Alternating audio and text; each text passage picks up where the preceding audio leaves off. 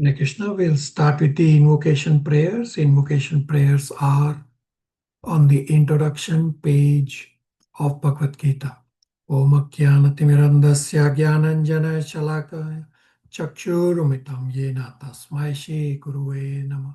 Shri Chaitanya Manobhistam Stapitam Yena Bhutale Swayam Rupa Kadamayam Tadati Swapadantikam Vande Aham Shri Guru Shri Yuta Kamalam Shri Gurun Vaishnavamscha Shri Rupam Sagrajatam Sahagana Raghunatanvitam Tam Sajivam Sadvetam Savadutam Parijan Saitam Krishna Chaitanya Devam Shri Radha Krishna Padan Sahagana Lalita Shri Vishakhanvitamscha He Krishna Karuna Sindhu Dinabandhu Jagatpate Gopesha Gopika Kanta Radha Kanta Namastute Tapta Kanchana Gaurangi Radhe Vrindavaneshwari Vishabhanu Sutadevi Pranamami Haripriya Vancha Kalpatarupascha Kipa Sindhu Bhaevacha Patitanam Pavanebhyo Vaishnavebhyo Namo Namo Jai Shri Krishna Chaitanya Prabhu Nityananda Shri Advaita Gadadhar Shri Vasadi Gaur Bhakta Vrinda Hare Krishna Krishna Krishna Hare Hare Hare Rama Rama Rama Hare Hare.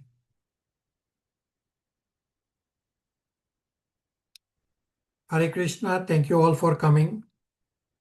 We welcome 4 new devotees, Deepa Chitalia, then Kamalpreet, then Sri Lakshmi and her husband Pranesh Prabhus. Welcome. They are also on track of getting caught up on past recordings like a few other devotees who joined. So all those new devotees, please feel free to ask any and all questions, even though you are joining partway through. Our classes are meant for you all to ask any and all questions. The last week, many devotees here at the Toronto Temple during Rath Yatra did a lot of services and they had some learnings and realizations. So towards the end of the class, I will request all these devotees who are present here virtually to share their experiences and learnings for the benefit of everyone present. As I had said in the message, that from tomorrow, a new batch of Srimad Bhagavatam is starting. So every Sundays, it is Toronto time 9:30 a.m., India time 7 p.m., Nepal time 7:15 p.m. I request all of you to join at least the first 2 classes, which are the Srimad Bhagavatam overview classes. Then you can decide whether you want to continue or not, but at least the first 2 overview classes, everyone should attend. We have been talking about Bhagavatam again and again and again. So we should know what is Srimad Bhagavatam. We'll discuss at great length that Srimad Bhagavatam is Krishna himself. And those who will continue or who want to continue, they can send me a message so that I can send you a link to join the batch 5 WhatsApp group where you will get the relevant messages and the lectures, etc. Many of you have already sent me the message and you are already part of that batch 5 group. But whosoever is still not part of batch 5 group and wants to continue should send me the message. All right, so our today's discussion, which is the last section of Bhagavad Gita, chapter 9, verses 29 to 34, is a little heavier section, as well as our next class on the start of chapter 10 is also super heavy discussion. So this chapter 9 last set of verses and chapter 10 initial verses are the middle or the hidden secrets of Bhagavad Gita. So obviously are very heavy. Now towards the end of the class, I will repeat the spiritual endeavor questions. So almost all of you have completed that spiritual endeavor questions except one or two ongoing. So the 4 new devotees who have joined, I will explain and separately send it to you, the link where you will populate the answers before the start of the next class. And couple of you, I also sent you, the new devotees, I also sent you an offline message to complete a spiritual endeavor also. So please do that and you will realize the benefit of that. Any questions, comments, realizations before we continue?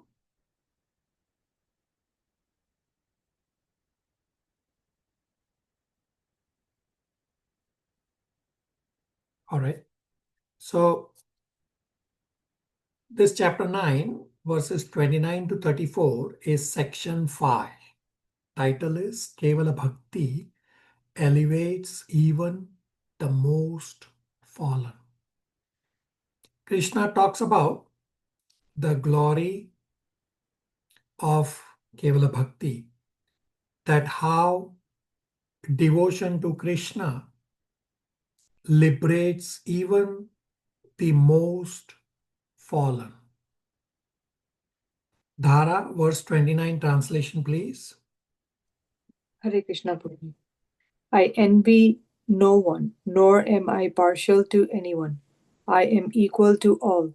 But whoever renders service unto me in devotion is a friend, is in me, and I am also a friend to him. Hare Krishna. So Krishna says he is impartial. And then he says he is partial. So may seem contradictory, but it is not contradictory. It depends on which level of manifestation of the Lord is talked about. So the first 2 lines in 9.29 refers to the Lord as a judge, that whosoever is destined to get based on his karma and based on his action gets that. And the judge gives accordingly. And then the 3rd and the 4th line refer to the Bhagwan aspect. Bhagwan aspect is intimate and elevated aspect of the absolute truth. In the Bhagwan aspect, the Lord focuses on the principle of pure devotional service. So Krishna is impartially partial. Now, how is that possible? So Krishna is partial to his devotees. So, and Srila Prabhupada gives the example that a charitable person is charitable to all people. But such a charitable person is naturally more affectionate to his own children. Now, this is not a fault. Similarly, the Lord loves his devotees more as compared to other living beings. Every living being is his children, is his child. So some are obedient while some are defiant. Therefore, the Lord offers care for everyone. Therefore, he is impartial. He offers care even for terrorists, even for demoniac people. Lord is equal to everyone. But the intimacy is not possible for everyone. So Krishna impartially partial means he is impartial in terms of opening the doors of bhakti for everyone. Everyone can do bhakti, can start doing bhakti, no matter what their level, and receive the benefit of Lord. Meaning he cares for everyone. Simultaneously, the Lord specially cares for his devotees, those who love him. This is how you understand that Krishna is impartially partial. Everybody with me? Questions, comments, realizations?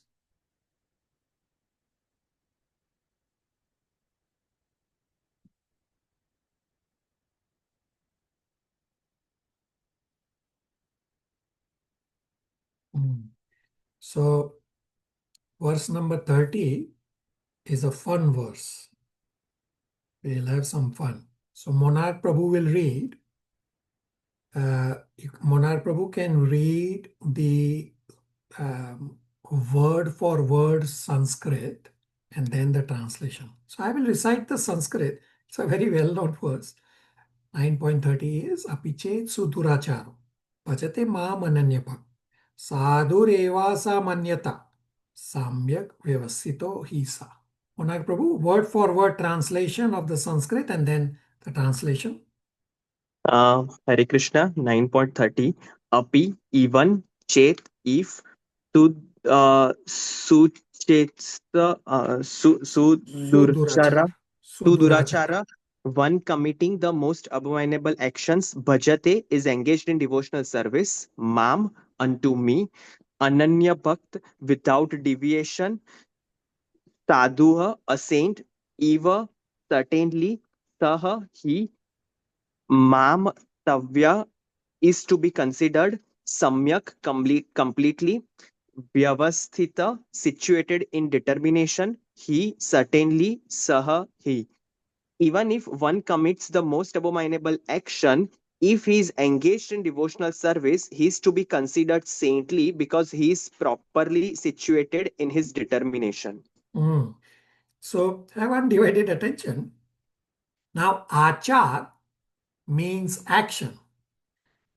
Durachar means bad action. And sudurachar means extremely bad action. So this is the first line. Apichet suduracharo.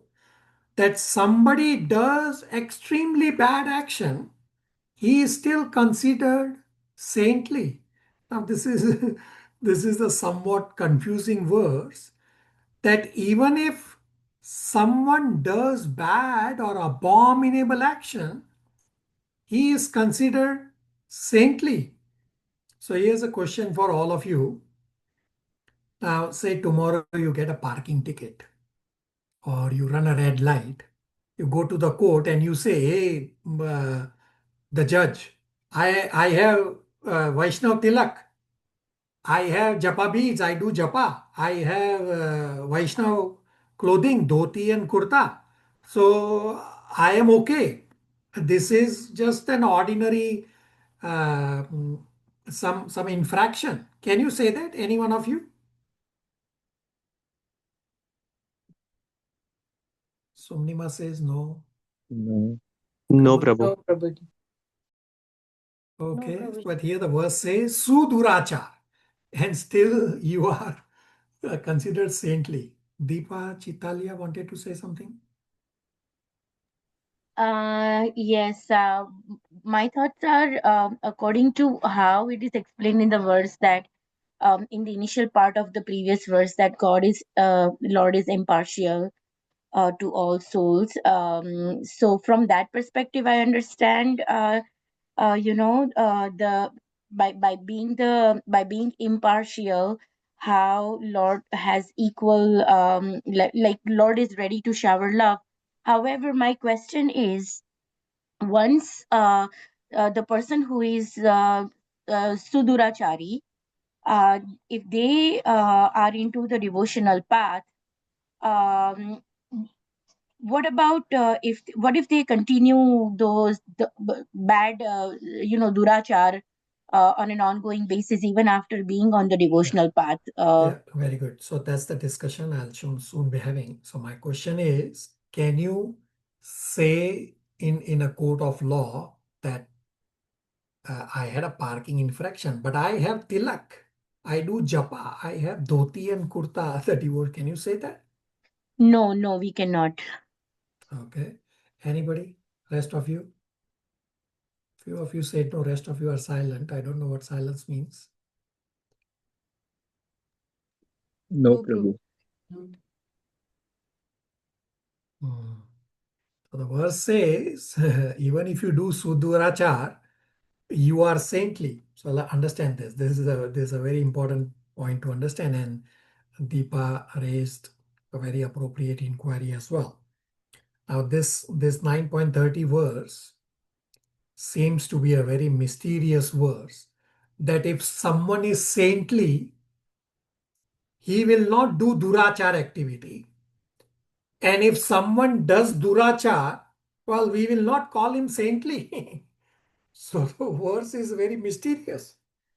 So Krishna is saying, even if one does sudurachar activity, the most abominable activity, still that person is considered to be saintly. And why? The two key words from the Sanskrit, that's why we read the word for word. The two key words are sudurachar from the first line, means somebody who does the most abominable activity. And then the second line, the key word is ananya bhakt. Ananya bhakt means he is fixed in devotional service to Krishna. He has undeviating devotional faith and devotional service to Krishna. So if while doing some bad activity, one continues to worship Supreme Lord Krishna with determination, such a person is to be considered saintly because the person's determination continues to be well situated.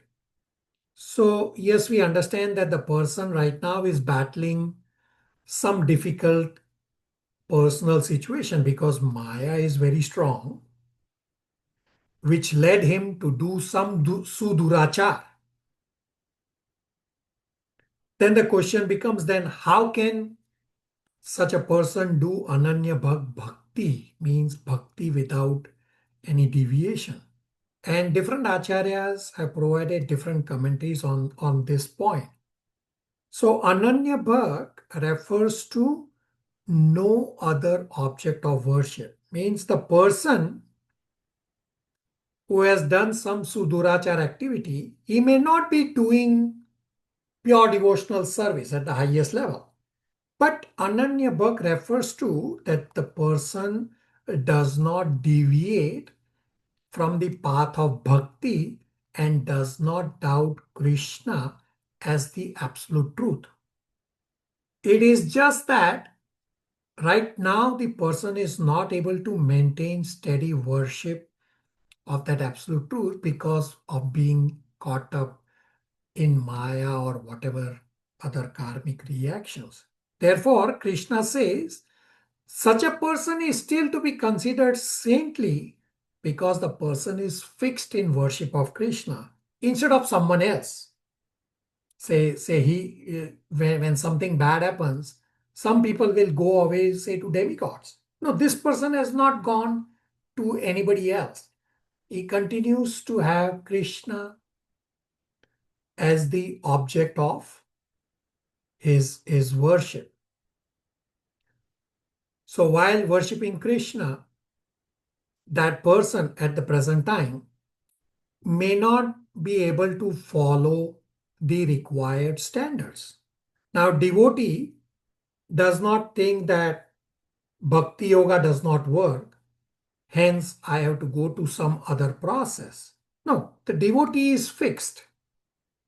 And then Jiva Goswami, a prominent acharya, he says that this question, that how can a person doing sudurachar be called saintly if he is doing bhakti, this statement is a rhetoric statement, meaning the glory of the process of bhakti yoga is so great that even if a person commits sudurachar, still the person remains saintly because the person continues bhakti yoga. Now, coming to the Dipali Chitalia's question, that this does not mean that Krishna allows us to continue to do sinful actions for all times to come. No. Serious devotee has to practice regulative principles and has to give up sinful activity. And Srila Prabhupada explains in the purport that if a devotee cannot give up sinful activity, then the devotee is not considered advanced. Krishna consciousness does not justify any kind of wrongdoing. So devotees have to continue to follow traffic rules and the laws of the state. Devotees also have to follow the principles of the various scriptures. Therefore, the example that I gave, that say if you have to go to a court for parking infraction, you cannot say, I am a devotee, I do japa, I have Vaishnav tilak on my head, I have dhoti and kurta. You cannot use this as an excuse. No, you have to follow traffic rules. You have to follow laws of the state. Simultaneously, you have to follow the principles of various scriptures. So this sudurachar activity is a one-time exception. So here at the Toronto temple, I will not name names. Here at the Toronto temple, there were some senior devotees in management positions, in senior positions, ended up doing some sudurachar, and they are still continuing as devotees, but they were removed from their management positions because they cannot maintain the standards. Well, then you cannot be a role model for anyone. So they are continuing as devotees. Yes, they still come to the temple. They learned their lesson. But you cannot expect that you will be forgotten for the second time or any future times. It's a one-time activity. Understand that Maya is very strong. So Maya will end up pushing the devotees beyond what they are supposed to do. So Srila Prabhupada would say that what distinguishes Krishna conscious devotees is not just because the devotees are always chanting Hare Krishna, they have tilak and dhoti, etc. No, rather, Krishna conscious devotees are perfect gentlemen because of their exemplary character. Deepa, does that answer your question? Yes, Prabhuji, thank you. What I understood is, for example, if someone has done those sudhurachar in their, let's say, ignorance or in their unaware state, and once they become aware and become devotee, it is important that they bring, some kind of change and try to be on the path according to the scriptures. Otherwise, it's not going to it's not how do I explain it? Yeah, then you are not a devotee. If you are Yes, continuing to follow, yes. then you are mithyachar. Thank you. Yes. Mithyachar is pretender, that you are showing off that you are a devotee, but actually you are not following. The devotee means you will follow voluntarily the rules and regulations of the scriptures. This voluntary following, we have also discussed in Bhagavad Gita. I think it should be 3.30 or someplace plus minus few verses there, where Prabhupada has explained that when you voluntarily accept Krishna as a Supreme Personality of Godhead and follow his instructions, then you are a devotee. Everybody, Deepa, everybody on the same page? Yes, Prabhuji, thank you. Yeah, so there's a question posted in the chat that if a person is doing sudurachar intentionally and simultaneously doing devotional service, then he is not a saint. Correct. So if you are intentionally doing sudurachar, well, that's a major problem. We also discussed this in offenses to avoid. Offense number 7, that you are committing offense on the strength of scriptures or on the strength of chanting Hare Krishna Mahamantra. That is significantly negative act. So you definitely don't have to do. Now the other question is, how can you intentionally do both?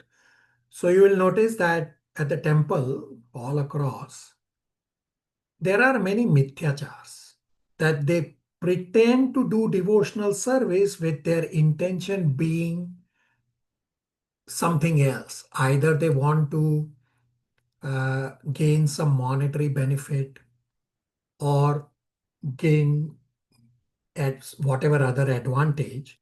So they are showing off that they are devotees. And this is described in chapter 16 at great length. Chapter 16 is divine and demoniac nature. So this is demoniac nature, that externally they show off that they are devotees, but their intent is quite negative. So it's not that you are insincere in one and sincere in the other. No, it's just that you are showing off. You are actually not sincere for devotional service. You are just trying to use the devotional environment for your own advantage. You are not sincere in anything. You are only trying to use to your advantage whatever circumstances. Everybody on the same page?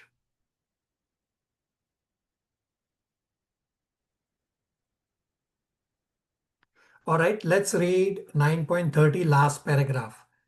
Ria will read last paragraph. On the other hand, Hare Krishna Prabhuji. On the other hand, one should not misunderstand that a devotee in transcendental devotional service can act in all kinds of abominable ways. This verse only refers to an accident due to the strong power of material connections. Devotional service is more or less a declaration of war against the illusory energy.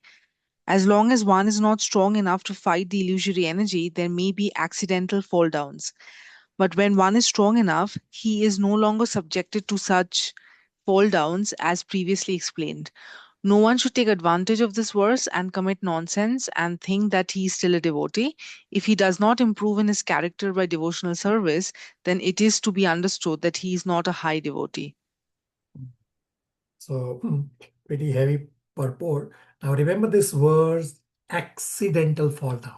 I'll compare this word accidental fall down with incidental fall down. I'll explain both this point. So Prabhupada says that Maya is very strong. And when you do devotional service, you are declaring a war against Maya. Well, Maya is going to fight back. So there may be some accidental fall downs, but we have to ensure we get back. Now, there are a couple of questions posted in the chat. That one is, if a practicing devotee has a momentarily lapse of judgment and commits a heinous crime due to Maya, how big of an infraction has to be for bad action to be considered as a one-time pass? So there is not a hard and fast rule that I can tell you. It depends on each circumstance, and every circumstance that I have seen is unique. You have to judge according to the circumstances. Now, the couple of circumstances that I have seen, they are horrible, real horrible circumstances. They got punished as in not sent to jail. Yeah, in reality the crimes were quite bad, and sometimes devotee also commit crimes within the temple environment, which I have heard about from other temples, like stealing or misappropriating funds. Well, of course, that's a heinous crime as well. So it depends on circumstances. Each circumstance will be unique, and the devotees are given an option to reform themselves. And few devotees have reformed themselves and few have not. They have left.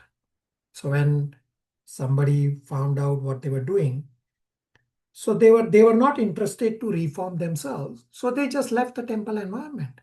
While others who are actual devotees, who just got caught in Maya, they realize, oh, it's my mistake. They said, sorry, I want to reform myself. And they got help from spiritual master, from senior devotees, and they are reformed now.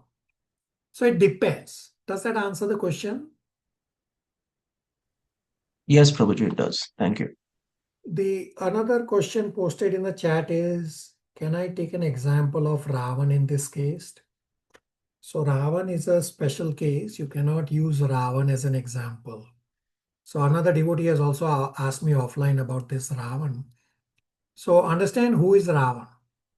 So Jai Vijay are gatekeepers in the spiritual world, and they got punished by the Kumaras as well as Lakshmi Devi to take birth on material world.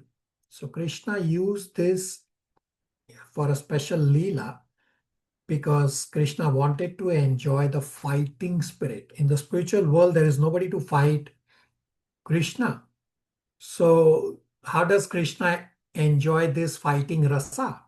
So he wants his personal associates to take up demoniac roles so that they can satisfy Krishna's fighting desire.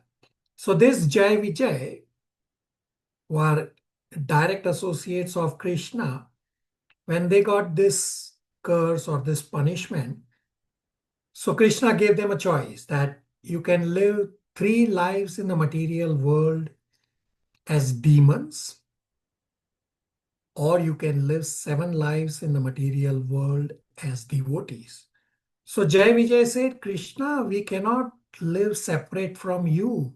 Therefore, we will choose the shorter punishment of 3 lives as demons. And Krishna says, yes, go and you will remember me in anger.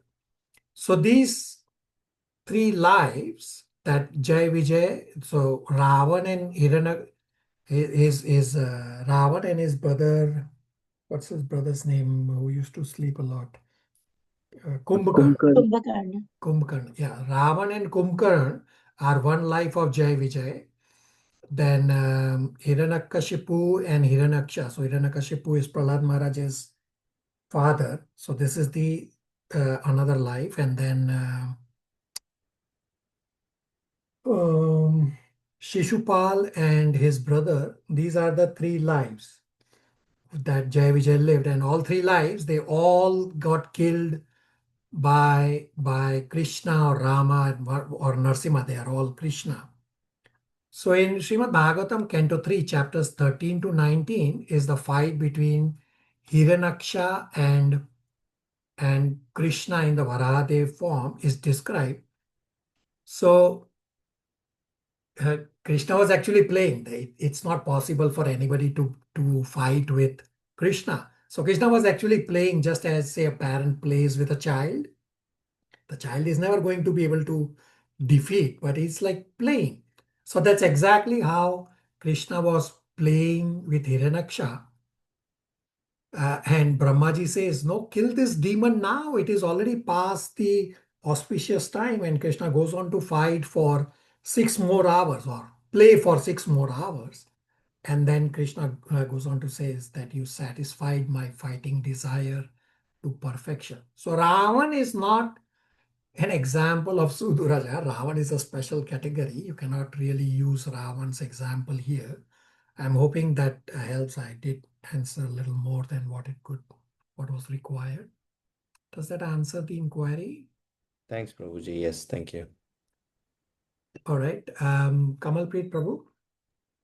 Hare Krishna Prabhu. Prabhu, my question is that how the Jaya and Vijaya are getting that like you have said that the Lord has said that Jaya and Vijaya, you have now satisfied my fighting spirit, but they have not spoken in front of the Leela when the Leela is happening. In So- that, the Lord is very angry with that. No, Lord was not angry. Lord was actually very pleased that he gets the opportunity. So that was the Leela where they got cursed. That was the Leela. When Jai Vijay in the 3 lives in the material world fought with the Lord, so Ravana fought with Lord Ram. He satisfied Lord's fighting desire there. Then Hiranyaksha fought with Varahadev. Then Hiranyakashipu fought with Narsimhadev. Shishupal fought with Krishna. That's when the fighting desires got fulfilled of the Lord. Kamalpreet Prabhu? But Prabhu, how the like demon is it talking with Krishna like that? Krishna is saying, you No, have no, no, no, no, no. When Jai Vijay, at that time, they are still not demons. They are still in the spiritual world. That's when they are talking, okay, they are in the spiritual world. right? So when the curse happened, they are still Jai Vijay. They have still not taken the demoniac roles. They are still Jai Vijay as devotees. And that's when Krishna is talking to them. So they already asked for forgiveness to the Lord, say, Lord, we did a mistake. But Lord says, don't worry. You actually take this as a benediction that you will actually satisfy my fighting desire. So this was the whole Leela created by the Lord. Kamalpreet Prabhu? Okay, Okay, very good. Now there's another question posted in the chat which says, this kind of verse also explains the importance of the class. Though Prabhupada has explained everything, but the intelligence is not that much higher to understand. When we attend class, we can understand actual meaning of the words. So you are correct. So we have discussed this at great length, which Prabhupada has described in 8.28 purport paragraph number 4, that by own reading, unless you are purified, only then you can understand. Otherwise, by own reading, it is very difficult to understand Bhagavad Gita. Very good. Everybody on the same page? Fun verse? Everybody had fun? yes, Prabhu. Yes, Prabhuji. Yes, Prabhuji. Yes, Prabhuji. All right. Sri Lakshmi will read verse number 31 translation. Hare Krishna. He quickly becomes righteous and attains lasting peace. O son of Kunti, declare it boldly that my devotee never perishes. So Arjuna is thinking how devotee doing Sudurachar be considered saintly. So Krishna responds here in 9.31 that the devotee will soon become religious. That when Krishna says, my devotee never perishes, does not mean that devotee may not fall down. So we discussed that accidental fall down in 9.30.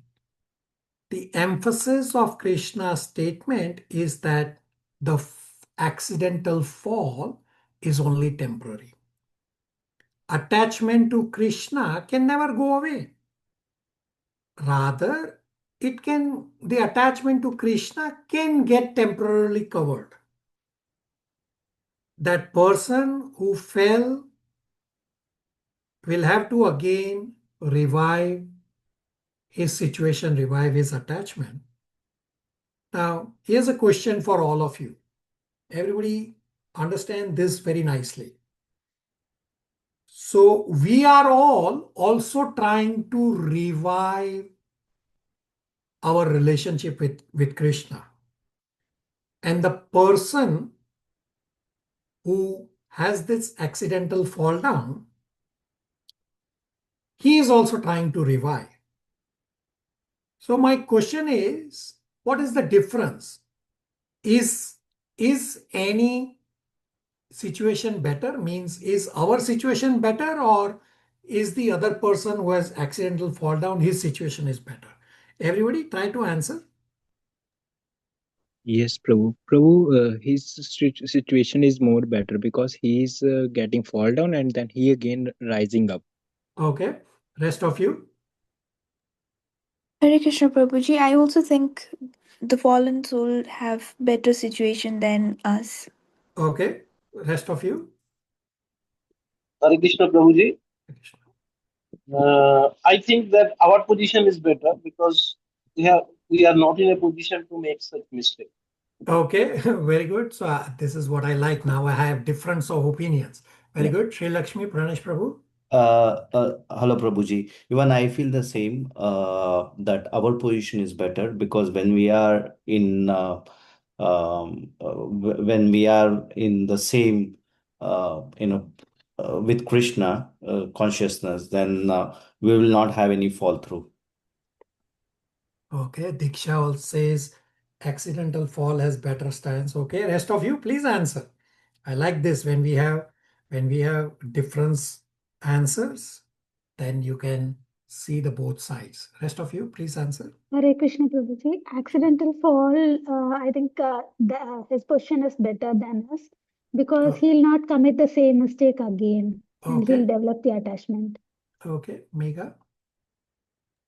Prabhuji, I want to understand the question in detail. I was not able to understand it. So question is that we all are also trying to revive our lost relationship with Krishna.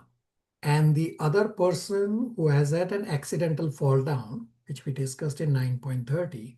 So my question is, whose situation is better? Is our situation better that we are trying to regulate ourselves, doing devotional services, studying scripture, versus the person who has accidental fall down? Is his situation better than us? Which one is better? Megha? I feel, Prabhuji, maybe if I'm able to get the question correctly, that the person who has gone through an accidental fall down will absorb it more. Okay. This side. Yeah, Okay. this side. Deepa? I also have the same feeling that the person with accidental fall down is better, because I feel that when you are, first of all, that person is already in process of devotion, and then they have accidental fall down because of Maya, let's say, and then that person realizes that, hey, such and such thing happened, and they are extremely they are kind of in Feel this in the guilty. guilty about it, and then in that process when they do prayashchit, I feel that they form a stronger connection with the Supreme Lord, Okay. which is why I feel that accidental fall sometimes is beneficial as well. Okay. The rest of you, anybody else wants to try? We have a lot of yes and no answers. I don't think we Hare get Krishna, a. Prabhuji. Hi, Krishna. Go ahead, Mansi. I think so, Prabhu. Right now, I am in the fallen state. That's why I am on the earth. So I think, is it the both the conditions are same? Okay. So we have a third answer. Both conditions are same. All right.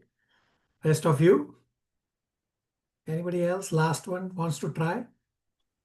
Hare Krishna Prabhu, I can try. Yeah. So someone who has accidentally fallen down, I had a question. So is this person more realized from the get-go than the person who is? Doesn't matter.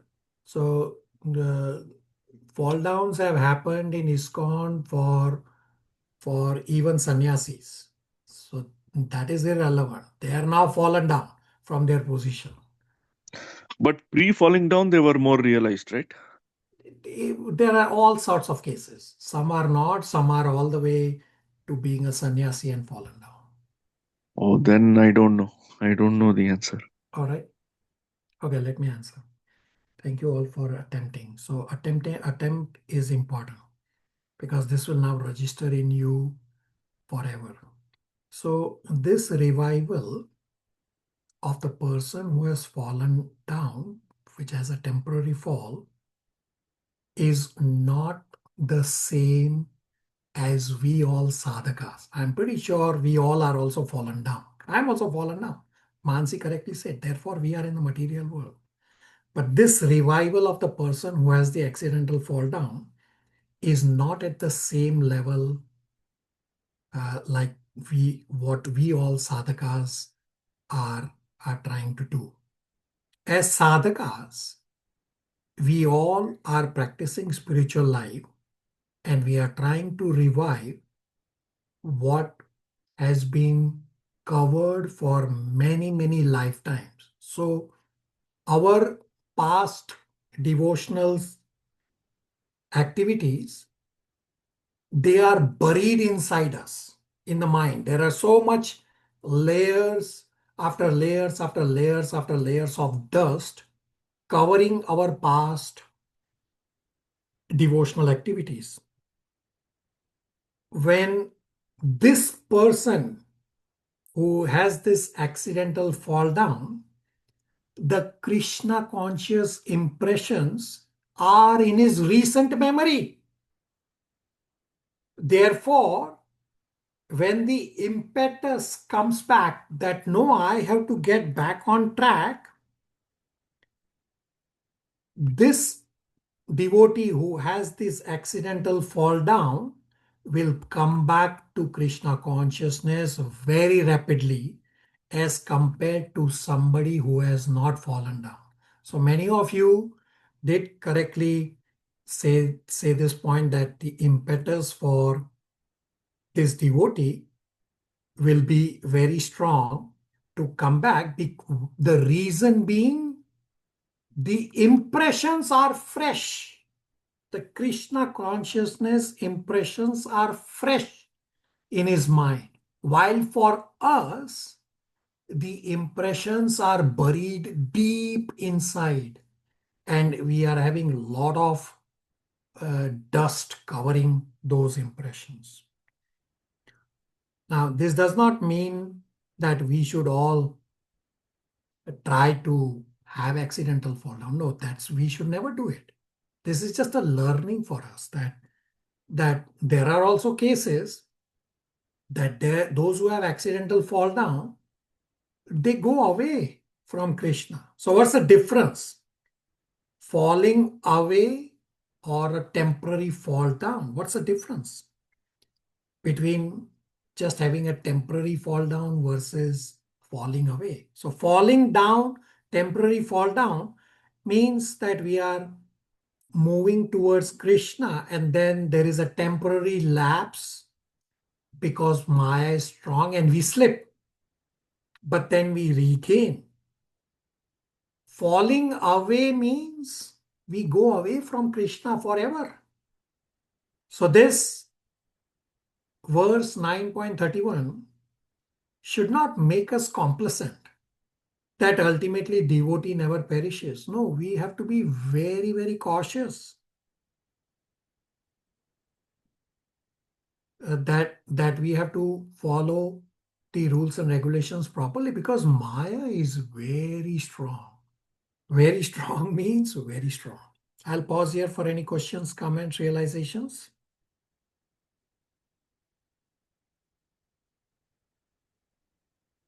Everybody got your answers correctly? Yes, Prabhu.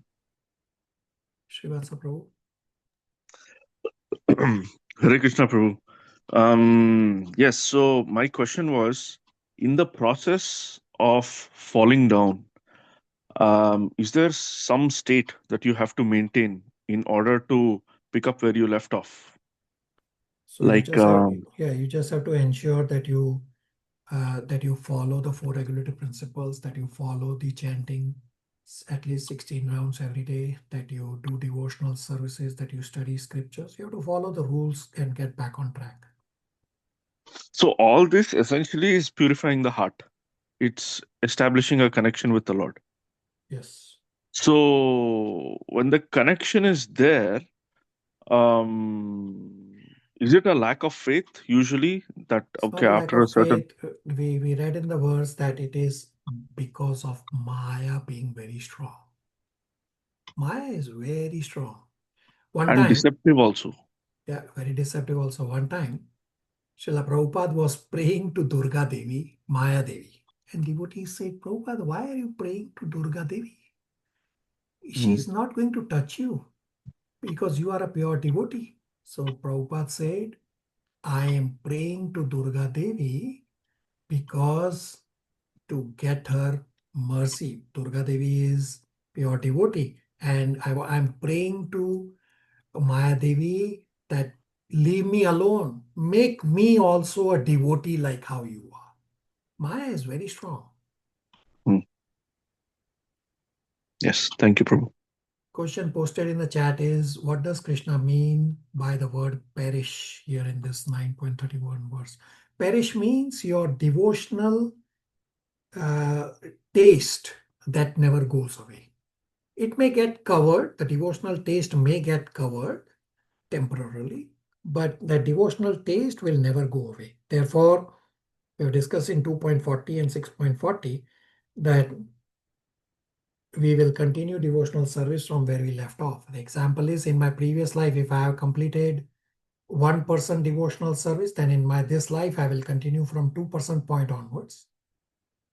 And if in my current life, if I complete till 5%, then in any future life, it's not necessary that in my next life, I will start from 6% point onwards. I may have no devotional service for next few lives because I am born as a demon or born in a demoniac family. There's no possibility for devotional's life. But say 10th life down, I again get a chance of devotee association. I will then start from 6% point onwards because the devotional credit is never perishing. Abhishek Prabhu, does that help? Yes, Prabhuji, thank you. So this conversation about 9.31 will straddle into the next verse 9.32, where I in 9.30 I discussed about the accidental faults, and 9.32 talk about inherent faults. So there is incidental fall, which is accidental, and then there is inherent fall, that somebody has that inherent defect. So what do you do? So the conversation will straddle into the next verse. So there can be incidental faults, means the accidental fall down, or there can be inherent faults. What's the difference? Incidental fault means that those which arise because of some incidents. Example, the Sudurachar example we discussed in 9.30, that a person does some wrong activity, Sudurachar, that is incidental fall down or accidental fall down, one and the same. So the fault happens because of some incident, but the devotee is not having any inherent deficiencies. It's just an incident, it's just an accident. So this is one category of incidental falls or accidental falls. So the devotee who has fallen down because of the accident, he inherently does not have any deficiencies. Inherently, the devotee is sincere. He is having ananya bhak. So Sumnima, Bharat Maharaj is not accidental fall down. That's not the example of accidental fall down. I'll come back to you. Let me finish this conversation.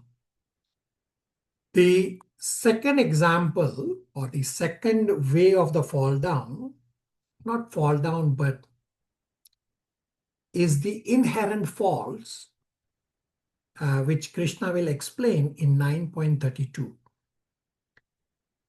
That Krishna will say that if someone has inherent faults, even they can be elevated to practicing devotional service diligently. So what is inherent fault mean?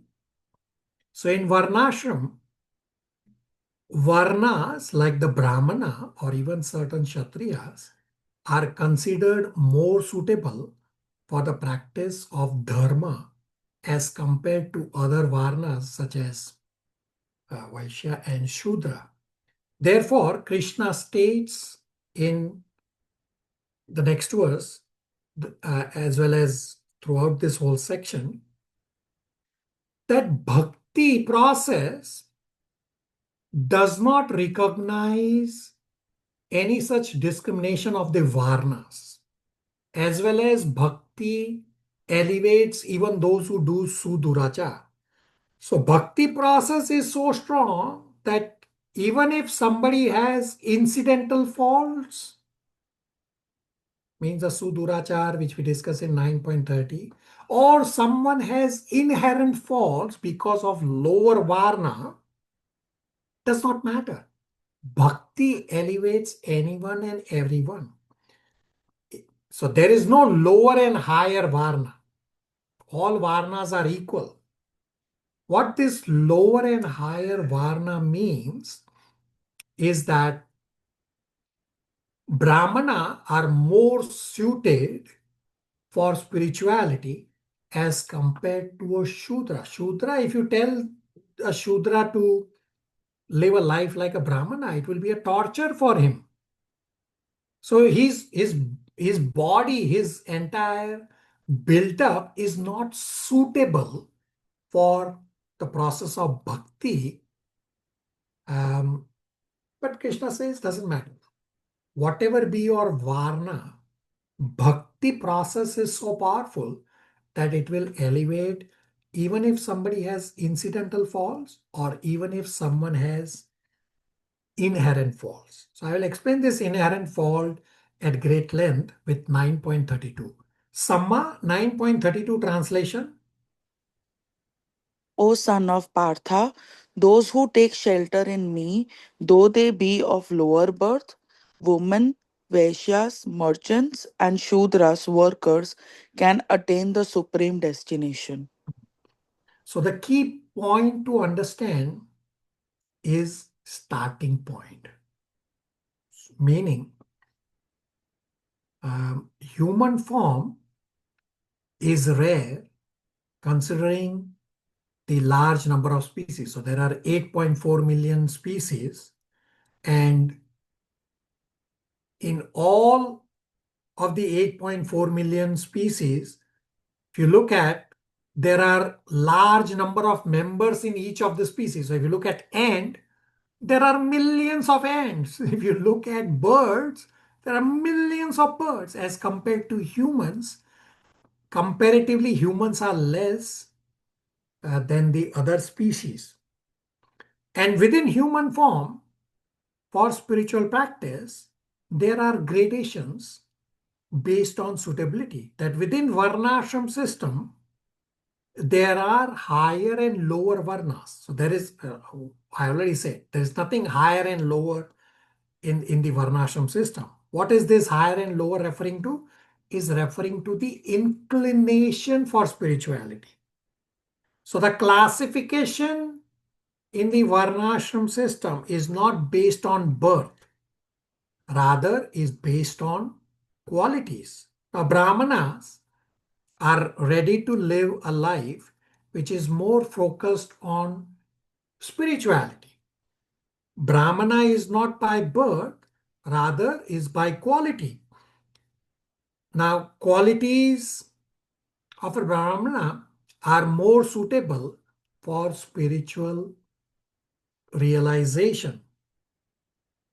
And those who are not ready to regulate themselves much, they are considered Shudras. So Shudra is not by birth, rather is by their unwillingness and their inability to harmonize with spiritual principles for rapid spiritual advancement. Meaning, within Varnashram system, those on a lower scale, meaning having unwillingness to harmonize with spirituality, they are considered on the lower scale and they are considered less qualified for spiritual advancement. Again, important point is there is no one lower or higher in the Varnashram. All Varnas are equal. The lower and higher reference is because of spiritual credits. Now, as soon as I finish discussing this 9.32 verse, all should ask a lot of questions because this is a little difficult to absorb. Not difficult to understand, but difficult to absorb. Therefore, you should ask a lot of questions. And I'll come back to this starting point as the important, as the crux of 9.32. So what Krishna is saying, bhakti can elevate anyone and everyone, no matter what your varna is. So male body, so the verse talked about females. 9.32 said about that females are also on a lower scale. So male body is more suitable for spiritual realization as compared to a female body. We have discussed about male and female differences at great length at the start of chapter 2. Now, males are more analytical, more philosophical, while in female body, generally, the bodily identification is much greater as compared to the bodily identification in male. So we have discussed this at great length, that why women are considered not intelligent. So it's not referring to body, it's not referring to soul. Rather, women are considered less intelligent because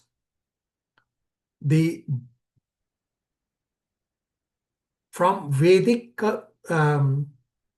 culture, intelligence refers to understanding the basic truths of life, that I am not this body, I am a soul. When Bhagavad Gita says women are not intelligent, it is referring to the interaction of the soul and body. We use intelligence as our capacity to manipulate and control organized matter. In female body, the bodily misidentification is far greater than in the male body. So women generally are more on how good I look. Means the bodily identification is much stronger in the female body. Plus, in the female body, the sentimentality is more than the rationality. So rationality is foundational for philosophical inquiry, which is more in male. Therefore, male are more suitable for spirituality, because philosophical inquiry is the beginning of serious spiritual search. But what Krishna is saying here in these set of verses in chapter 9, he says all these differences, whether it is incidental fall down, whether it is accidental fall down, incidental is not a fall down, whether there is incidental, inherent, I'll start over. What Krishna is saying is whether somebody has inherent faults, meaning a woman body or a Shudra body, or there is accidental fall down, whether somebody is in a male body, female body, does not matter, because bhakti process is so powerful that it can elevate anyone and everyone. So the point is that the differences, starting point is different in our life. An example to understand this. So somebody with inherent faults, meaning somebody has a Shudra body or somebody has a female body. So they are standing in a race, a 100-meter race. Their starting point is little behind, means the one in Shudra body, one in female body. They are standing, say, a few meters back from the starting line, versus those who have, say, a Brahmanical culture or Brahmanical inclination, or say somebody in a male body with spiritual inclination. They are standing at the starting point to run a 100-meter race. So there is a disadvantage for somebody with inherent faults, such as Shudra and females. Krishna says does not matter. Bhakti is equal to everyone, whether somebody is standing at the starting point or whether somebody is standing behind the starting point, a little behind, few meters behind, because of their inherent faults. Does not matter. They will all reach the same destination. of Goloka Vrindavan. So it is a fact that male and female bodies are different. Now, this does not imply discrimination. Krishna is just acknowledging a reality. We have discussed this at great length. So the devotees who have joined today, you will soon listen to this recording at the start of chapter 2 about this conversation I only briefly described here. About women are not intelligent point and the whole discussion. There's a whole 2-hour discussion on this point, which you all will soon be reading. Rest of you have already heard, majority of you. So the emphasis of 9.32 is that Krishna is acknowledging that yes, if you are having inherent faults because of your past inclinations, that therefore you get either a Shudra body or a female body or a Vaishya body, which is not suitable for spirituality like a Brahmana's body, means your starting point is little behind than the starting point. Does not matter. Bhakti process is so potent that even if you are standing, say, few meters behind the starting line of the 100-meter race, Bhakti process will still elevate those who are starting the 100-meter race from the starting point to the finish, or those who are starting the 100-meter race standing few meters behind the starting point. Everyone will get purified and elevated. So 9.32, Krishna's emphasis is not on supporting discrimination. Rather, it is teaching a process that will end discrimination. The process of bhakti, which will end discrimination. So if you look at ISKCON temple, you will find male and female pujaris. Everyone is equal. Everyone is doing services identically. Now, yes, here we read that woman, Vaishya, Shudra do not have philosophical inclination. Simultaneously, Srila Prabhupada has talked elsewhere that how women are actually more devotionally minded. Women are actually more faithful. And women can take to worship and devotion more easily. Is there in Srimad Bhagavatam, Canto 1, Chapter 8, Kunti Maharani prayers. Other places also, I'm just referencing one. And Srila Prabhupada also says that in general, women come more to the spiritual programs than men. Or even look right now at our this class, you will notice that right now also in our classes and across all batches over many years, Vaishnavis have been more than Vaishnavas. So the overall emphasis of 9.32 verse is that even if someone has some inherent faults because of past karma,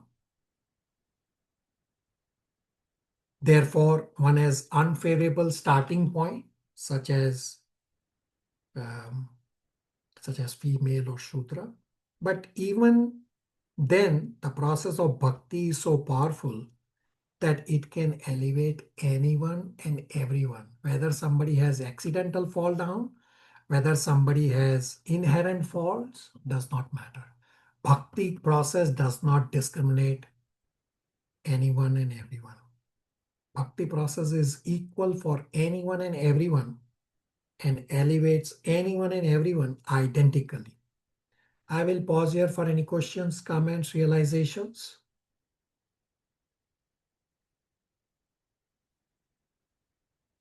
Let me first answer Somnima's question.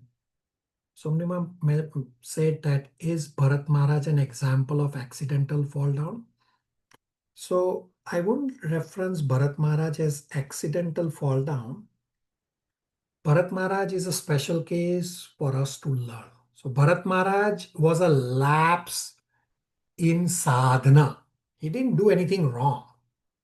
He just has a lapse in his sadhana. That I won't call it as accident. Accident is when you do something sudurachar.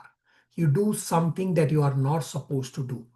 For Bharat Maharaj, it was just a lapse in his sadhana. Sumnima? Hare Krishna. Yes, Prabhuji. So is it like if we somebody does some kind of mistake knowingly, then it is accidental fall down? Yeah, you are correct. I mean, even unknowingly. When you do something against the laws, knowingly or unknowingly, well, knowingly if you do, obviously your guilt is more. But it can happen either way. So if I understood it correctly, if it's related to mistakes, it's accidental fall down, and if it is not directly related to us, like being born in a female body or Shudra body, then it's incidental fall down. Is Then that it's inherent. If you're born as a inherent female, fall down? then it is inherent is not a fall down. Inherent is an inherent fault versus accidental fall down, right? So the words are similar but have different meanings. So when you do something wrong, means sudurachar activity, it's an incident, it's an accidental fall down. Versus if you are born with a female body, that is just an inherent fault. Why you got a female body? Because of your past karma, because of your past inclinations. Sumnima? Yes, Prabhuji, it's slightly clear now. Thank you. Okay. There's another question in the chat which says, Samma says, if rationality is considered superior and males are said to have more of it, isn't that reinforcing a bias that devalues the emotional intelligence, intuition, or compassion often attributed to women? So we have discussed at great length. We already, all of you, some of you at least came with a sword at the class at the start of chapter 2 when we discussed women are not intelligent. So when Krishna is saying about this point about women are less intelligent, he's not preaching this. Krishna is only stating a fact. Now, this point about rationality is superiors, there's no superiority point here. Point being explained here is that for spirituality, rationality is required or is an advantage. That's the point being made, that if you have an inbuilt rationality in your body, well, you have an advantage. Therefore, you are standing at the starting point of a 100-meter race. Versus if you are having a female body, means you have a disadvantage. Therefore, you are standing, say, a few meters behind the starting line and running the same 100-meter race. Krishna says there's no discrimination here. Bhakti is going to elevate everyone, whether you are standing at the starting point of the 100-meter race and running the 100-meter race, or you are standing few meters behind the starting line and running the 100-meter race. Bhakti is equal. There is no discrimination here at all. Samma, does that help you? Yes, yes, it does. Thank you. All right. Annapurni said example, Draupadi sir, and I'm not sure what this was referring to. Now, Janisha has a question. What kind of karma makes one to be born as in inherent form? So there are many factors. I have described this in the karma discussion, that there are many factors that determine our next life. So when a soul leaves the body, a soul goes through a multi-dimensional chart that determines our next life. And from the scriptures, we know very few of those dimensions. So if somebody has less spiritual credits, then they are bound to get female body, as compared to somebody having more spiritual credits, then they are bound to get a male body. Now, this is only one factor of the multi-dimensions. Same way in 8.5 and 8.6, we have discussed in 8.6 specifically, that if a male has an attachment for a female, whatever be the relation, mother, spouse, daughter, fantasy, and if the male remembers the female at the moment of death, well, the male will end up getting a female body. So there are many factors that determine what kind of body the soul gets in the next life. Janisha, does that help you? Yes, Prabhuji, thank you. Srivatsa Prabhu. Yes, Hare Krishna Prabhu. So there were some thoughts going through my head. The culmination of the Varnas and what sort of attributes culminate them. So first of all, it is a safe assumption to say that as you go higher and higher in Varna, you become more and more detached from the Maya and the systems of Maya because you're more attached to the spiritual principles and you have a higher taste essentially. Correct, Prabhu? What's your question? Your point is correct, or what's your question? Yeah. So my question is, um, the sustenance of these things in like the higher varnas. I lost my question.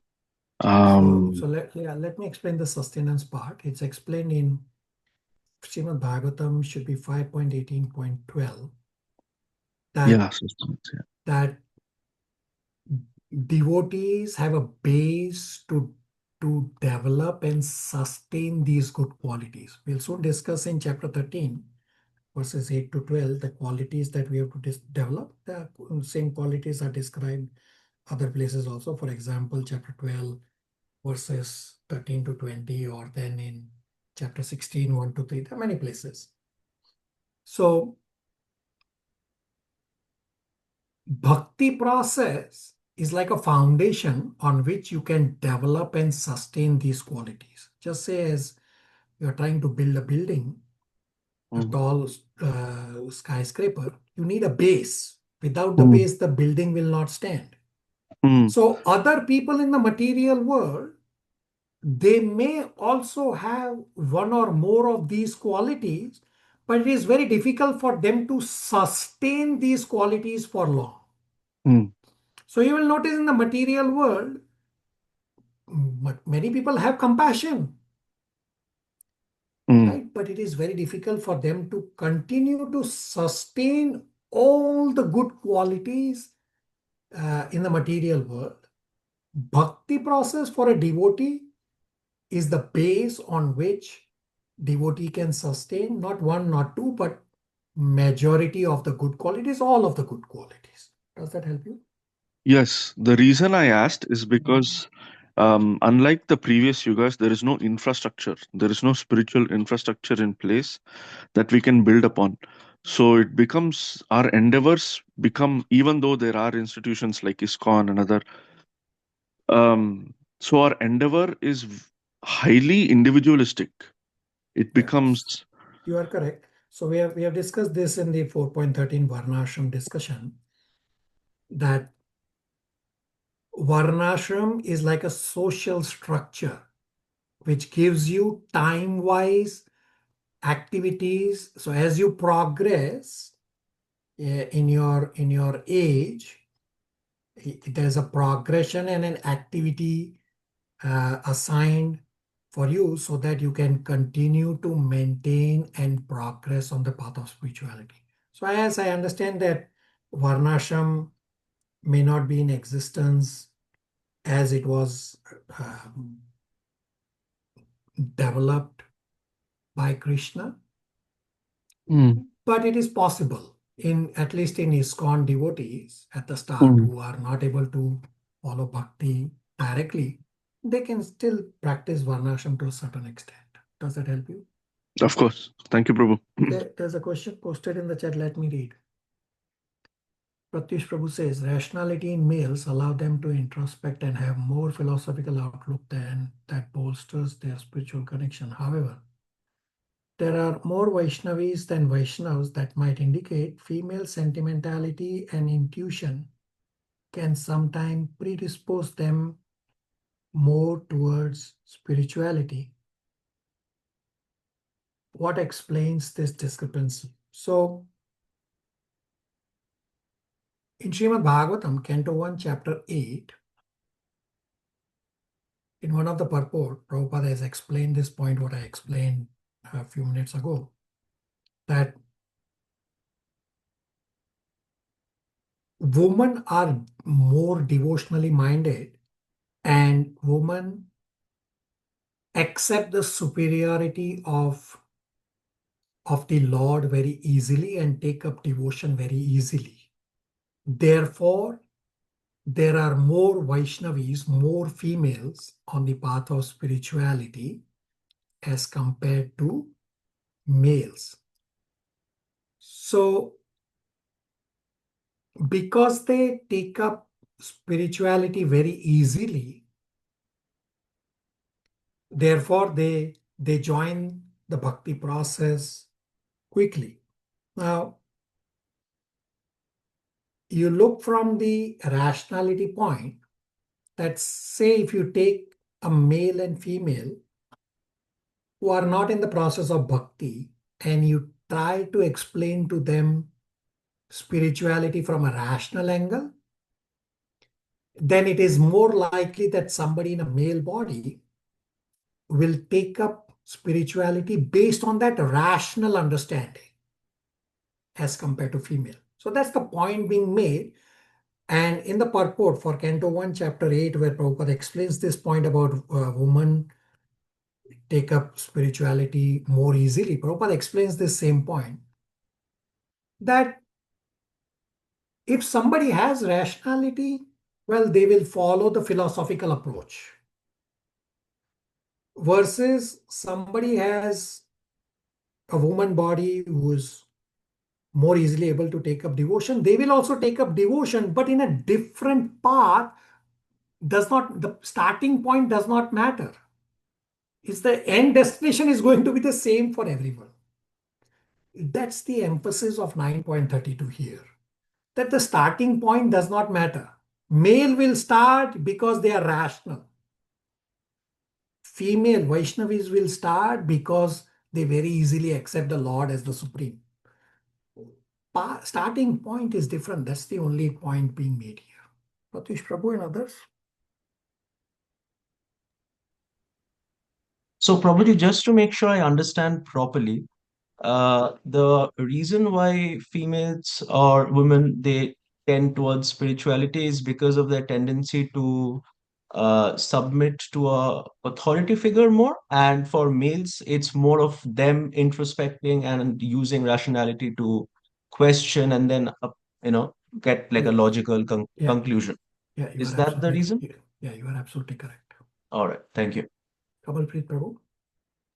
Yes, Prabhu. Prabhu, as the Prabhuji now the Prabhuji is saying like that women are more like take a Lord as a lordship, because the Prabhupada has also sometime I have heard that Prabhupada say we are Prakriti and only Krishna is the Purusha and rest we all are Prakriti. You are correct. So We that all are Prakriti. is also the answer of that. Yeah, that's okay. All right, let's finish my discussion. We only have about half an hour left. Let me finish the next two verses. They are also pretty heavy. And then I will answer all the questions together for whatever you may have. So verse number 33, Diksha, 33 translation.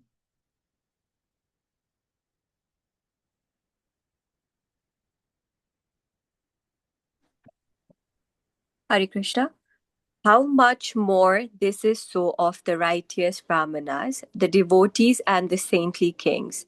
Therefore, having come to this temporary miserable world, engage in loving service unto me. So what Krishna is saying, that bhakti can elevate those with incidental fall down and those with inherent falls. Well, then it can actually elevate you, Arjuna, even more easily because you are already inclined on the path of spirituality. That even if those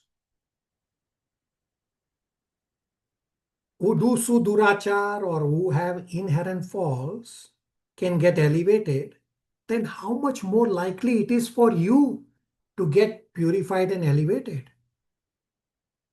That those who have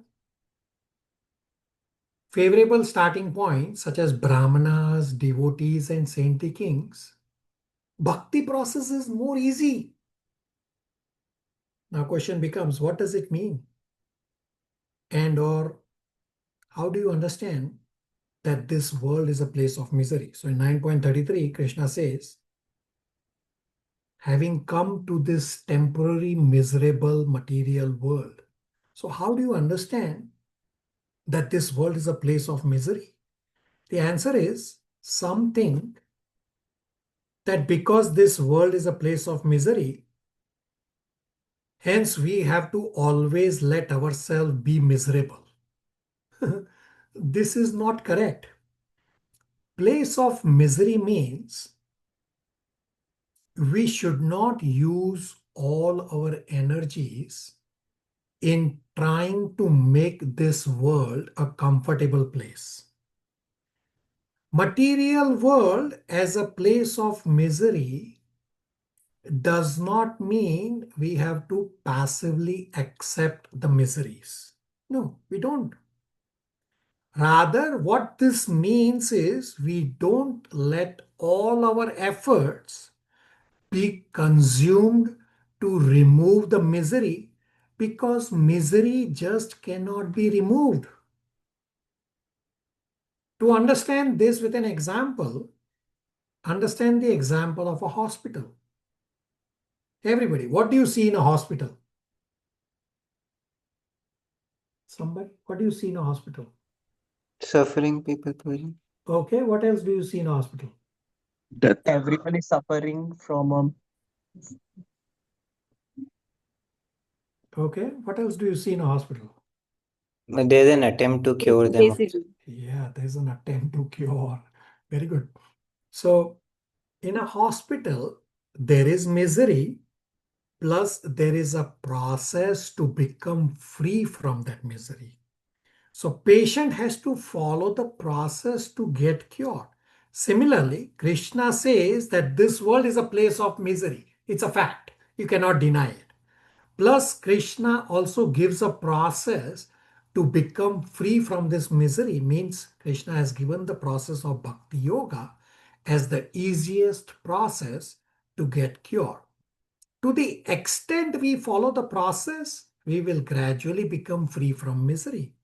Therefore, Krishna says in 9.33, now that you are in this material world, which you know is a place of misery, well, you have come to the material world, then practice devotional service unto me. Meaning, is like a patient in a hospital having doubts whether I will get cured or not. Therefore, Krishna said in 9.32 that the disease of those with inherent faults, such as Shudra, Vaishya, female, their disease is far greater disease than your disease. And if they get cured, meaning those with inherent faults, they get cured, then Arjuna, your disease is much lesser. Therefore, you will surely get cured. So what is this disease referring to? The disease is referring to the bodily attachment. So if you look at Shudra, if you look at female, if you look at Vaishya, their bodily attachment, their attachment to material things is much more strong. That is my disease. Versus somebody who's a Brahmana or a Kshatriya or a saintly king like Arjuna, such disease, bodily disease is much less. And Krishna said that in 9.32 and 9.30 that they will get cured and elevated, means those with sudurachar or those with inherent faults, their disease is much worse, they will get purified. Well, your disease is not as strong, you will definitely get purified. Therefore, now that you are in a hospital, means this world is a play, is a universe, this material world is a prison house and a hospital. That now that you are in a hospital, take this medication of devotional service and you will get purified. So the emphasis of this 9.33 verse is that whatever be the material situation, practice devotional service to become purified and liberated. Bhakti conquers even our inherent qualifications. So in summary, Krishna is saying that whatever be our starting point does not matter. Whether you are male, whether you are female, whether you are Brahmana, whether you are Shudra, whether you are Vaishya, whether you have done some Sudurachar activity once a while, only one time, not again and again. Whatever be your starting point, even if it is a disadvantaged starting point, no matter what be your misery, just practice devotional service. The process of bhakti is so powerful that process of bhakti will elevate anyone and everyone. Questions, comments, realizations?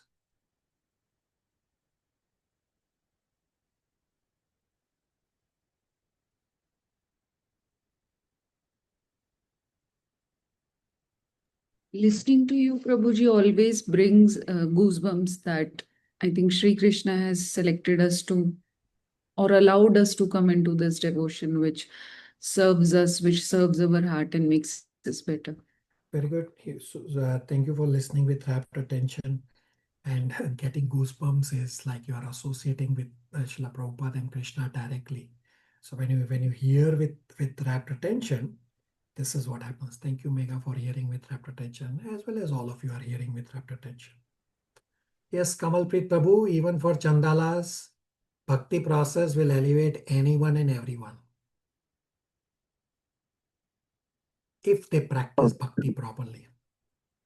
Yes, Prabhu. Because Prabhu, like even from the Shudras, the lower are like Chandalas who are living in jungles, and there are some examples like that. Like Narad Muni has also blessed some Chandalas also.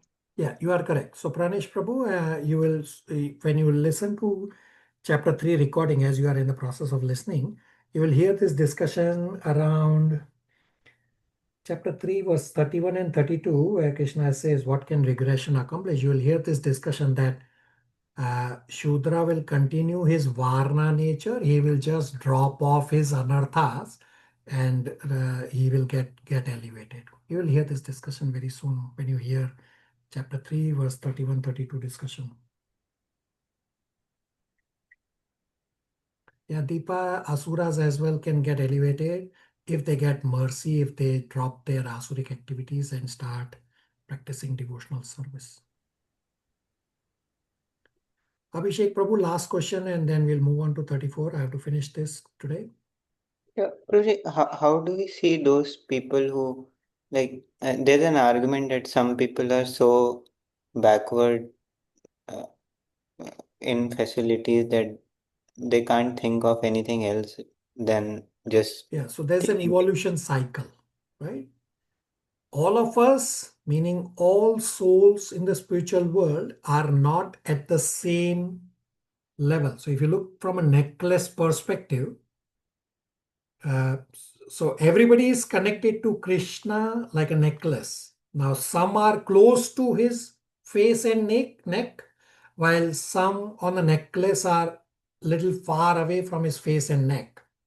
But they are still connected. They are still in the process of evolution. They are still in the process of getting purified. Those who are purified, they will be on the higher scale, means closer on the necklace, being closer to to the neck and the face.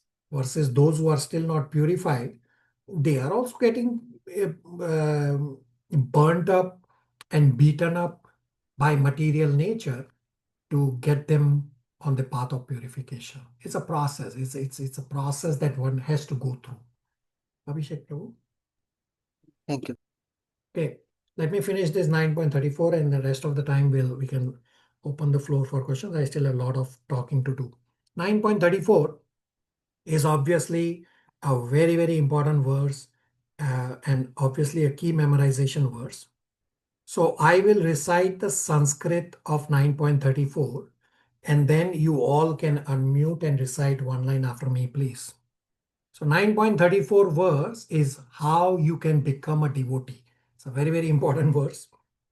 9.34 Manmana bhava madbhakto madhyaji mam namaskaru mam evashyashi yuktaivam atmanam matprayanaha. I request all of you to please unmute and recite one line after me, please. Manmana bhava madbhakto Manmana bhava Madbhakto madhyaji mam namaskuru madhyachi mam namaskuru mam evashyashi yuktaivam mam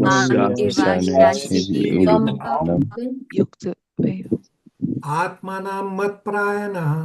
Atmanam Very good. Janisha, translation. Hare Krishna, everybody. Engage your mind always in thinking of me. Become my devotee. Offer obeisances to me and worship me. Being completely absorbed in me, surely you will come to me. Hare Krishna. Very good. So Krishna says in 9.33, do devotional service unto me. And this is elaborated in 9.34 with 4 components. Man mana bhava madbhakto madhyaji mam namaskaru. So 9.34 is how one can become a devotee. That always think of me, become my devotee. Krishna says, worship me, offer obeisances unto me. The result will be you will come back to me by being engaged and by being absorbed and devoted to me. So the first 2 lines says, Man mana bhava mad bhakto, that fix your mind on me. Now, some may fix mind on Krishna as object of theoretical study. Example, somebody wants to do a PhD on Krishna, but he does not have any devotion. Therefore, there will be no transformation. Therefore, Krishna is saying, think of me in a way which leads to mad bhakto, that you become a devotee, that you offer your heart to me. Means there is transformation. Now we may fix our mind on things without developing attraction. An example is, say someone is working in a laboratory. He has complete focus on what he is analyzing in a laboratory. Example, say somebody is analyzing a bacteria in a laboratory. Or say somebody is analyzing a flower in a laboratory, like the botanical concepts or the properties of a flower. Now, if you look at a scientist analyzing a flower versus an artist writing beautiful songs after smelling a flower, where they are widely different. The person analyzing the specimen, either the bacteria or the flower in a laboratory, he has full attention, but he does not develop any attraction to that specimen. Here what Krishna is saying is, Krishna wants transformational thinking that makes one a devotee. We can promote mad bhakto by doing the activities that promote Mad Bhakto. Therefore, the items number 3 and 4. So first he says, Man mana bhava mad bhakto, that fix your mind so that you can become a devotee, you become mad bhakto. How to do that? He says, Madhyaji mam namaskaru, which is item number 3 and 4, that worship me and offer obeisances to me. So Madhyaji and mam namaskaru are at the physical level. These are the activities that help in development of devotion. Devotion is internal. Now, we have already discussed this 9.34 as the essence component of this verse at the start of chapter 9. That 9.34 verse is called by acharyas as the essence of the essence of the essence of the essence verse. Why these four essences? 9.34 is essence of chapter 9. Chapter 9 is the essence of the Bhakti section of Bhagavad Gita. Bhakti section is the essence of Bhagavad Gita, and Bhagavad Gita is the essence of all Vedic literatures. Therefore, 9.34 is called by acharyas as the essence of the essence of the essence of the essence verse. And 9.34 is repeated as 18.65. Almost 2.5 lines of 9.34 are repeated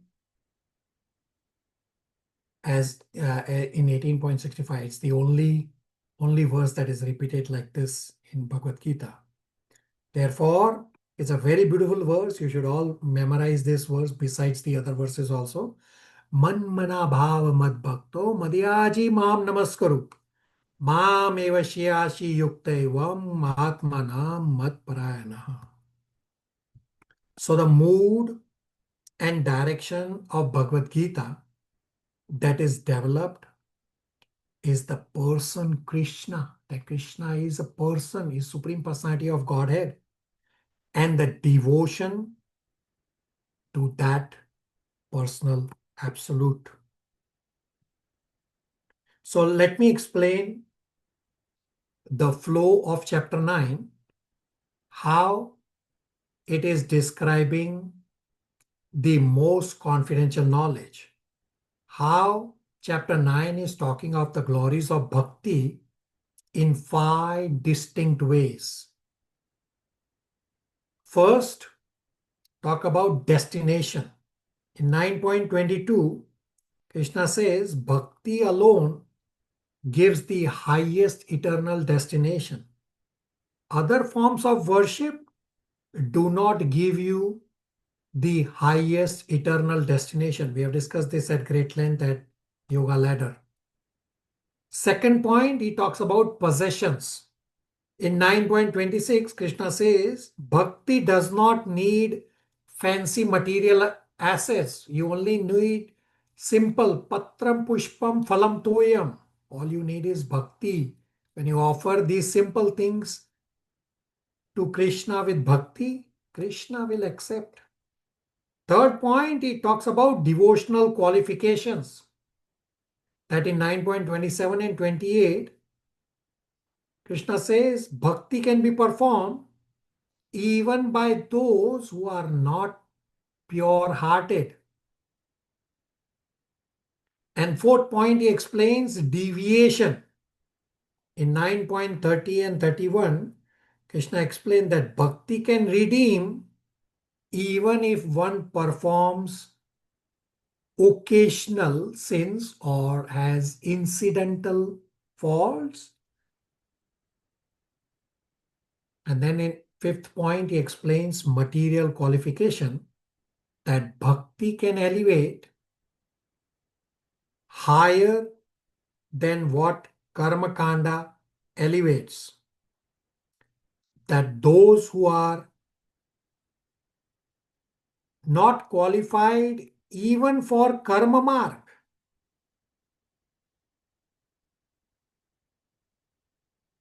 Bhakti removes inherent faults and elevates anyone and everyone.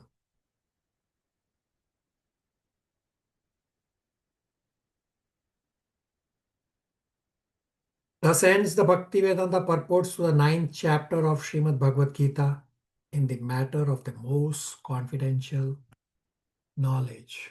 I still have a lot of talking to do. I will first take some questions. Janisha? Prabhuji, could you please repeat the third, fourth, and fifth? Yeah, so I will repeat all 5. Okay. So flow of chapter 9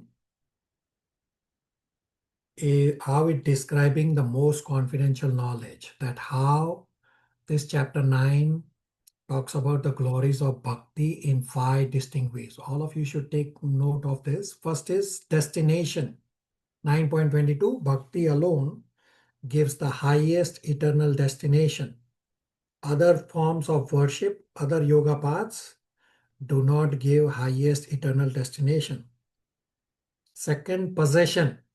9.26, bhakti does not need fancy material assets. You only need simple things like patram pushpam phalam toyam and offer with love and devotion. Krishna will accept. Third, devotional qualification.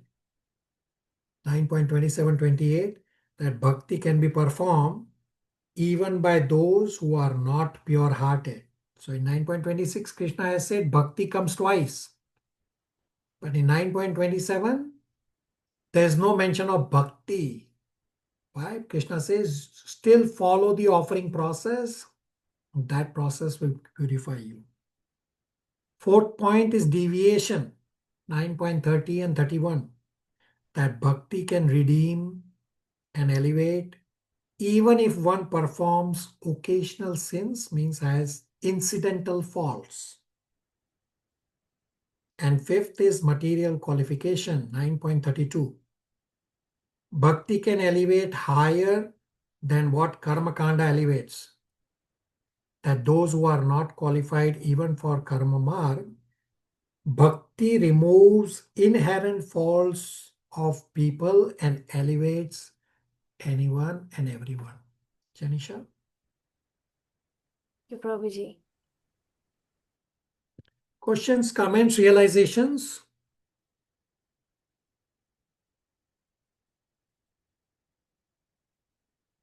All right, I want everyone to have undivided attention.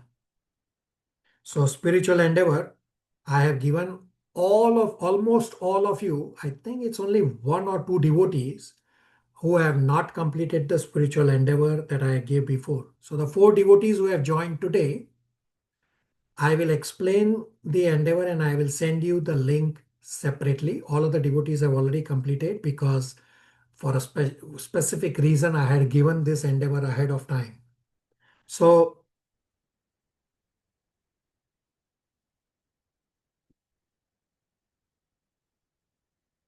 in Bhagavad Gita 2.7, so here's my first question. The 4 devotees who joined today, meaning Deepa, Kamalpreet, Sri Lakshmi and Pranesh Prabhus, you listen attentively. Rest of you have already completed. It's only 1 or 2 devotees from before who have not completed this spiritual endeavor. So Arjuna gives reasons at the start of Bhagavad Gita to not fight.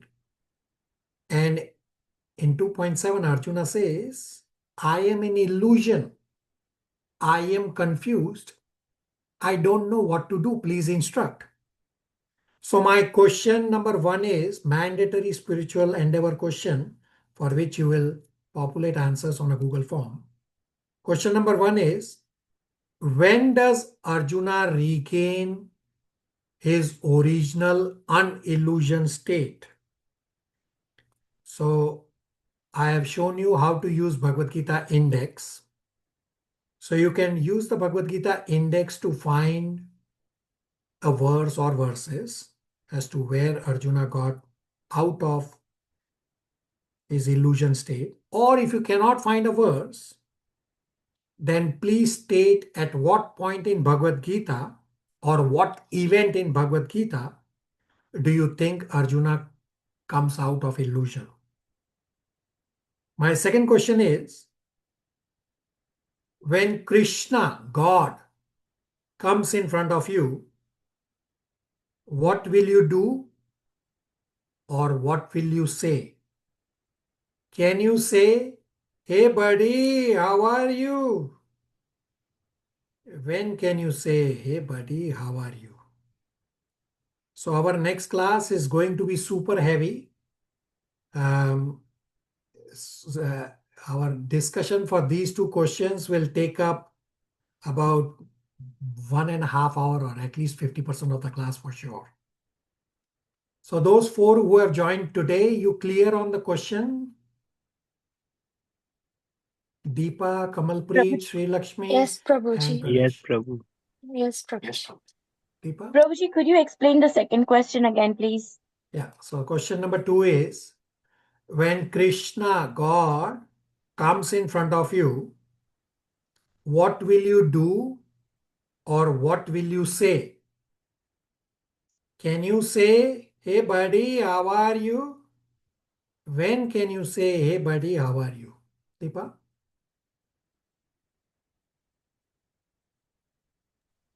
Yes, clear. Thank you. Okay. So it's only one, I think it's only one devotee, maybe 2 devotees from before who have not completed this spiritual endeavor. You should definitely have a chat with me. Now, my last point discussion today, I want everyone to have undivided attention. We have completed 50% of Bhagavad Gita chapter wise. So I request you all to fine tune wherever is required. From class number 1, I have explained that you should join 5 to 8 minutes before the start time of the class. So just as you wait outside Gopinath doors at the temple for the doors to open to take darshan, similarly, Bhagavad Gita study is worship as is described in Bhagavad Gita 18.70. We'll soon read. So do not join late and do not disconnect and connect again and again so that you can attend to your material task, phone call, or whatever it be. We have heard at the very start of the class, of our Bhagavad Gita, very first class, we have heard from His Grace Chetar Chandas that to respect God, Krishna, means respect the time we have carved out for God, Krishna. Some of you still do not follow this. Even today, some of you did not join. Some of you joined 15-20 minutes late. If you have technical difficulties, that is understandable. If you get disconnected because internet got disconnected, that is understandable. But you deliberately focusing on your material task, understand you are disrespecting Krishna. So be disciplined. Fine tune. We are at 50%. You need to transform.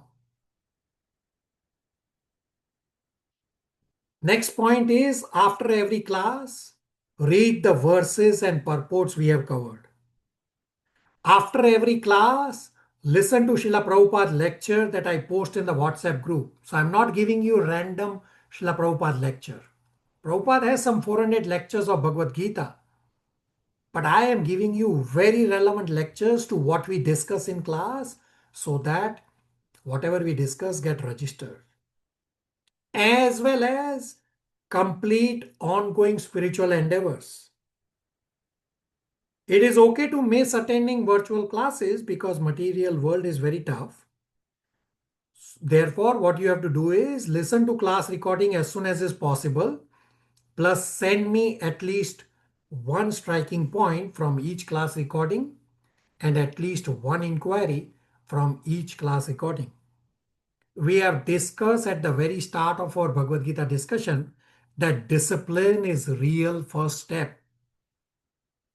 We discussed even today that Bhagavad Gita is meant for transformation. If you continue your own arrogant ways, well, then you are not studying Bhagavad Gita in a transformative way.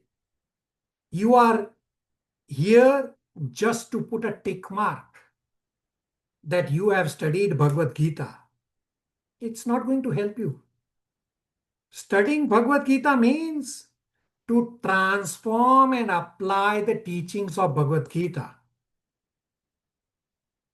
So I request everyone to go to Bhagavad Gita 18.70,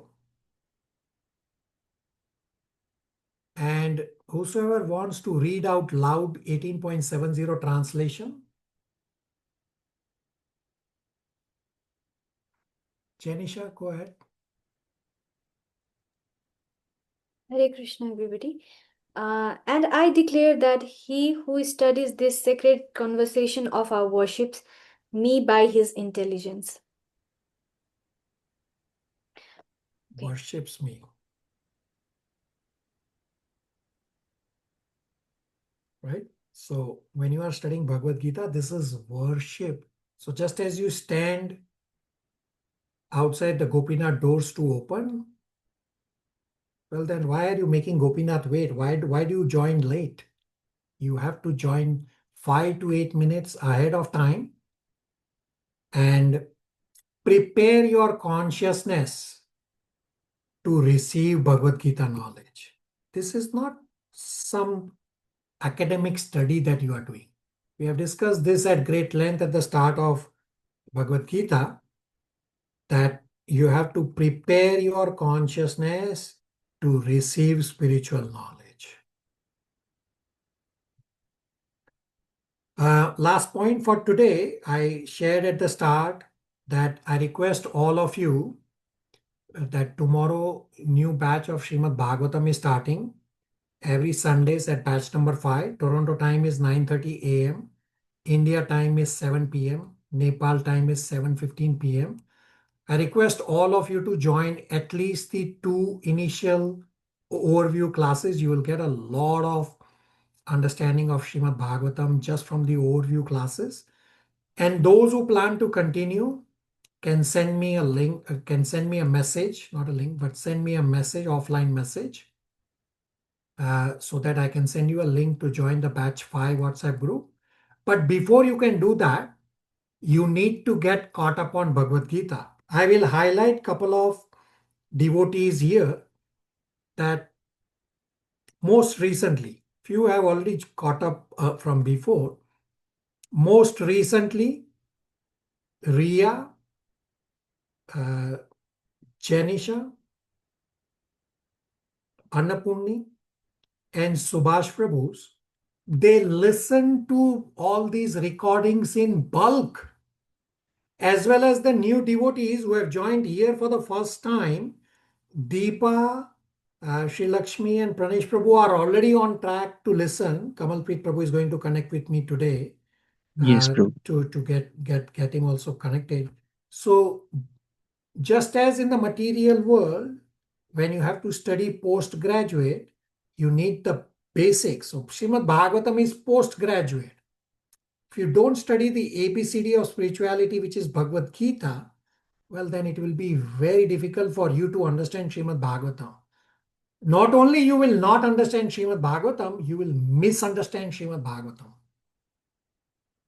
So learn from these recent devotees, Ria, Annapurni, Janisha, Subhas Prabhus.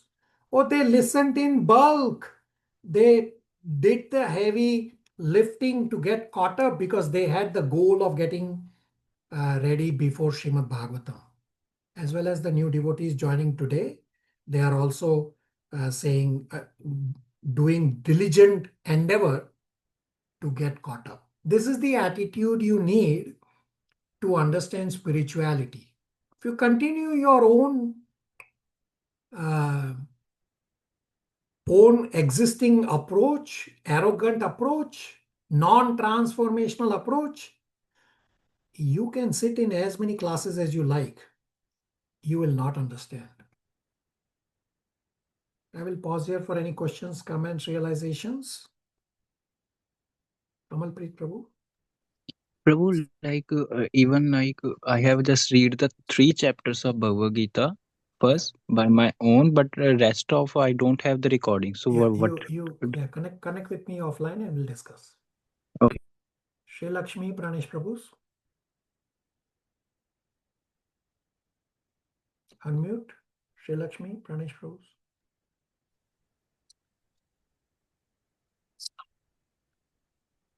We cannot hear you. Okay, Deepa, go ahead. We cannot hear you, Shri Lakshmi. Just one question, Prabhuji. Like how we have the paper actual grantha of Bhagavad Gita with us. Is it also important to try and have the paper copy of Srimad Bhagavatam Yeah, for for the sure. class? So we'll discuss. I will explain that. You should get. So Srimad Bhagavatam is Krishna himself. Many of you have seen the Bhoga offering from my home temple, that I have Srimad Bhagavatam on the altar. I offer Bhoga to Srimad Bhagavatam also, because Srimad Bhagavatam is Krishna himself. You can try to get Srimad Bhagavatam. I will discuss that at the class. So all 365 days are auspicious to welcome Srimad Bhagavatam at home. And among the 365 days, Bhadra Purnima day is the most auspicious day to welcome Srimad Bhagavatam. Bhadra Purnima day straddles between August and September. This year I can look up when it is. But yes, you should try to get Srimad Bhagavatam also at your home. So this year's Bhadra Purnima day is September 7th.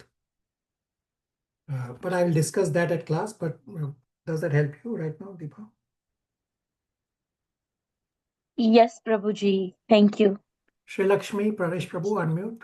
Hello, Prabhuji. Can you hear me now? Hare Krishna, go ahead. Hare Krishna. Prabhuji, I have a question. In chapter 3, Karma Yoga, it says like we must engage in some sort of activity in this material world. And chapter 9, we emphasized here the Bhakti Yoga is the elevation, is the highest level of elevation. Uh, I can you please explain me about this and how Yeah, so exactly? So is that something Bhakti Yoga supersets Karma Yoga in that case? repeat your last point. Bhakti Yoga is what? Supersedes Karma Yoga? Yeah, you are correct. So all this discussion is there in the recording that you will hear. So in 3.30, Krishna says, offer everything to me, otherwise activity in the material world will cause bondage. So 3.30 is post-action meditation, means you are doing the activity, you are doing your karma, and then you are offering the results. And as bhakti progress, so from chapter 7 onwards, bhakti section starts. In 8.7, Krishna says, Mai arpita manobuddhi, that you offer everything to Krishna by remembering Krishna before doing the activity, while doing the activity, and after doing the activity. This way, everything will get offered to Krishna, means Mamanuswaram Yuddhacha, that remember Krishna while doing your activity. This is a progression. This is pre-action meditation. So if somebody tells you on day one, drop your animalistic lifestyle, drop your whatever you are doing and start doing bhakti right away, it's not possible for everyone. So Bhagavad Gita, there is a progression. Krishna says, okay, drop animalistic, come to Karma Kanda. Then progress to Karma Yoga. Then progress to Bhakti Yoga. So there's a progression. Bhakti Yoga is, of course, the highest. Pranesh Prabhu? Got it, Prabhuji. Hare Krishna. Thank you so much. All right. One more question, Prabhuji. In terms of as part of material world, engaging in the material world, so that usually we'll become closer bondage towards the activity what we are doing, the karma what we are doing. And but also in terms of this chapter 9, it says that you have to come out of that material world. So isn't that difficult, Prabhuji? So we have discussed this at great length from start of chapter 3, Okay. where Krishna has explained that you cannot sit idle. For a soul, inactivity is not possible. So you have to do something. What you have to do is, which described in 5.11, the progression, that most people in the material world, they work for enjoying their senses and whatever they earn. The next level where we all should be is, why do we work in the material world, is for purification only, that we dovetail our day-to-day activity in Krishna conscious activities. And the whole discussion is there in all our classes throughout, which you will hear, that you dovetail your 24-hour day into Krishna conscious activities. That way, there will be no attachment and you will get purified. Then you can come to the third step of working only for Krishna. Got it, Prabhuji. Thank you so much, Prabhuji. Thank you. All right. We are past our 11:45 Toronto time. We'll stop here. Hare Krishna, everybody. Hare Krishna. Thank you, Prabhuji. Done but for now. Hare Krishna. Thank you, Prabhuji. Hare Krishna. Thank you, Prabhuji. Hare Krishna, Prabhuji. Thank you, Prabhuji. Hare Krishna. Thank you. Hare Krishna Prabhuji, thank you.